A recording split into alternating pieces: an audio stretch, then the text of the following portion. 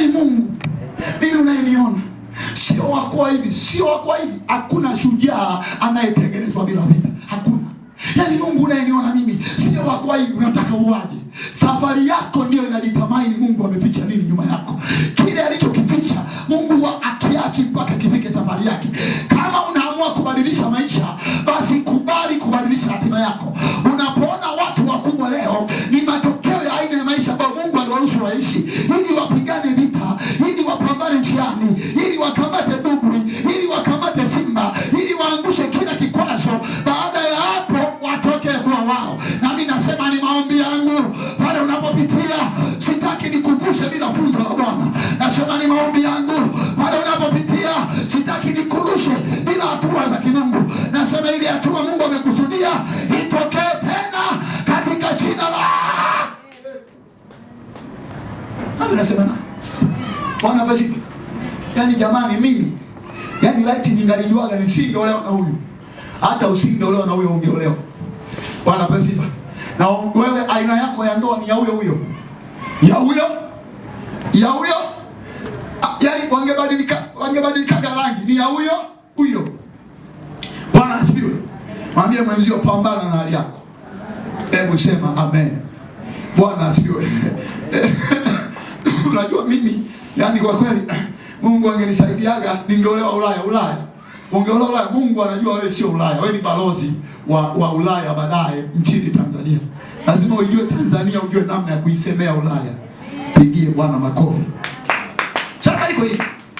Mungu anataka sisi tuyaangalie mambo sio kwa macho. Mwambie sio kwa macho. Mungu anataka tuangalie mambo kwa roho. Mwambie mzako kuyaona mambo kwa macho na kuyaona mambo kwa roho.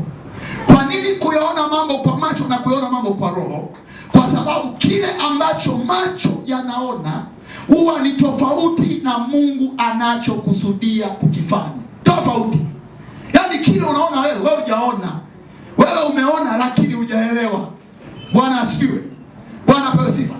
Yaani wewe umetazama ila hujakiona hicho kitu. Maana yake Mungu hataki sisi tuone vitu kwa macho. Mungu anataka tuvione kwa nini? Kwa nini vile? Bwana asifiwe. Kwa nini mfano mdogo? Wangapi wanaambiwa Yusufu hapa? Yusufu wakati yuko Shimoni, alijiona yuko wapi? Shimoni.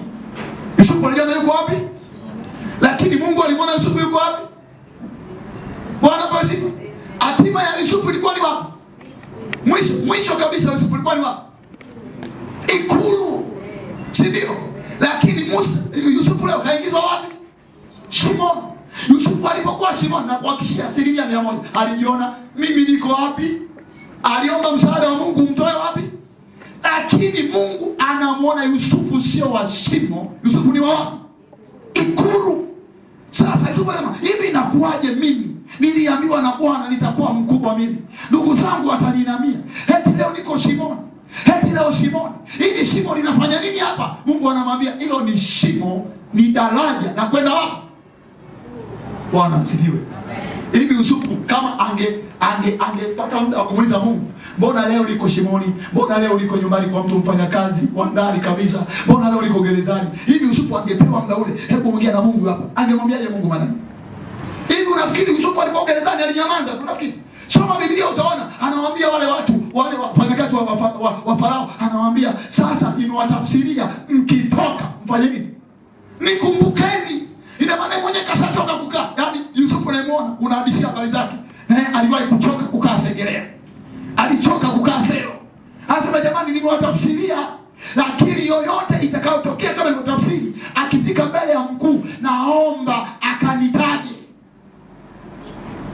Wangapi wanaiona hiyo hali ya